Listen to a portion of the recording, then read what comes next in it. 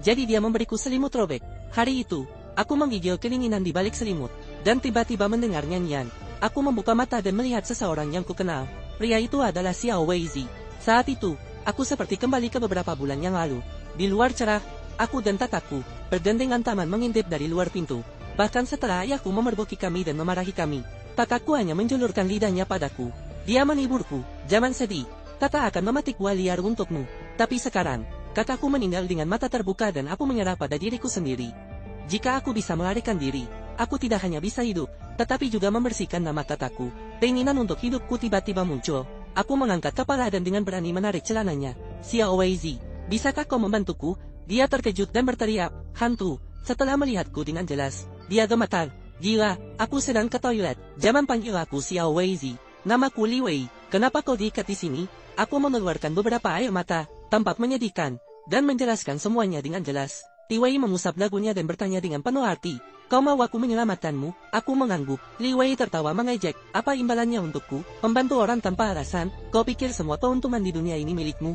Setelah berkata demikian, Li Wei berbalik dan pergi. Aku panik dan meninggikan suaraku. "Kau tahu bagaimana mentimun kuning di desa kami ditanam, kan? Kau membeli satu mentimun seharga 200.000.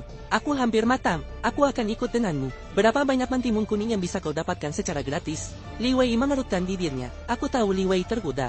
Saat itu musim dingin dan tengah malam. Penjaga di desa juga mengantuk. Ia memasukkan aku ke dalam bagasi dan pergi. Aku berbaring di jendela dan melihat desa semakin menjauh. Jantungku berdebar kencang. Akankah aku berhasil melarikan diri kali ini? Kenyataannya lebih mudah dari yang kukira. Sekitar setengah jam kemudian, tidak ada penduduk desa yang menghentikanku. Li Wei melemparkanku sepotong roti. Aku belum pernah makan sesuatu yang seenak ini. Aku bahkan menjilati remah-remahnya sampai bersih. Li Wei melihat tubuhku yang kotor dan menutup hidungnya sambil memaksaku melepas pakaian. "Bau badanmu membuatku pusing. Tepat buang baju kotor itu. Bau amis mentimun memang bisa membuat pusing." Aku tidak mengambil pakaian yang diberikan Li Wei, melainkan merangkak dari bagasi ke kursi belakang dan berkata perlahan, "Bukan bau pakaiannya, tapi bau badanku." Li Wei mengerutkan kening. "Jangan kotori mobilku saat kembali nanti." Aku tersenyum misterius dan menyentuh bahu Li Wei. "Aku punya sesuatu yang enak. Mau coba?" Aku mengeluarkan mentimun dari belakang. Bau manis dan amis memenuhi mobil yang tertutup. Wajah Li Wei memerah. Aku melihatnya melahap mentimun itu. Setengah jam kemudian, Li Wei tertidur lelap sambil tersenyum. Aku mengambil ponselnya dan menelepon polisi. Lalu aku lari kembali ke desa. Penduduk desa itu sangat licik. Ketika polisi datang, mereka pasti akan menyembunyikan semua mentimun. Polisi tidak punya bukti dan tidak bisa menggeledah setiap rumah.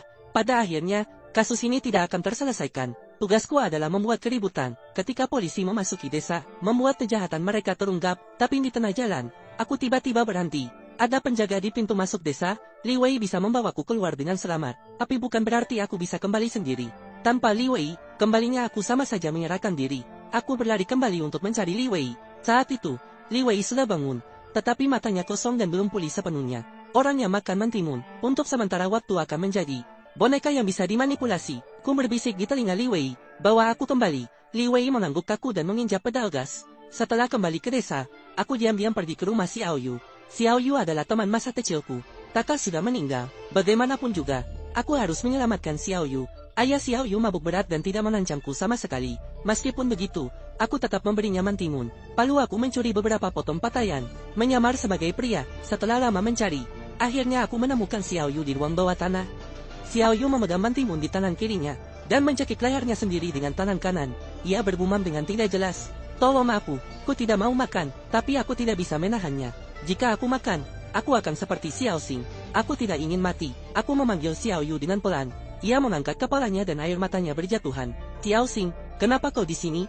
Seharusnya aku menyelamatkanmu hari itu. Tapi aku tidak tahu kenapa, aku malah mengatakan hal itu." Aku menggelengkan kepala dan berkata tidak apa-apa. Yang terpenting sekarang adalah menyelamatkan Xiao Yu. Aku mengulangi trikku, memoleskan lendir ke pergelangan kaki Xiao Yu. Tapi aku sudah terlalu lama tidak makan mentimun. Kepalaku pusing dan air liurku menetes. Pusing perlahan mengikis kesadaranku. Aku membuka mulut dan menggigitnya. Tiba-tiba rasa sakit yang tajam menusuk lenganku. Aku tersentak dan melihat Xiao Yu menatapku dengan ketakutan. Pergelangan kakinya sudah berlumuran darah, dan sudut mulutku penuh dengan darah.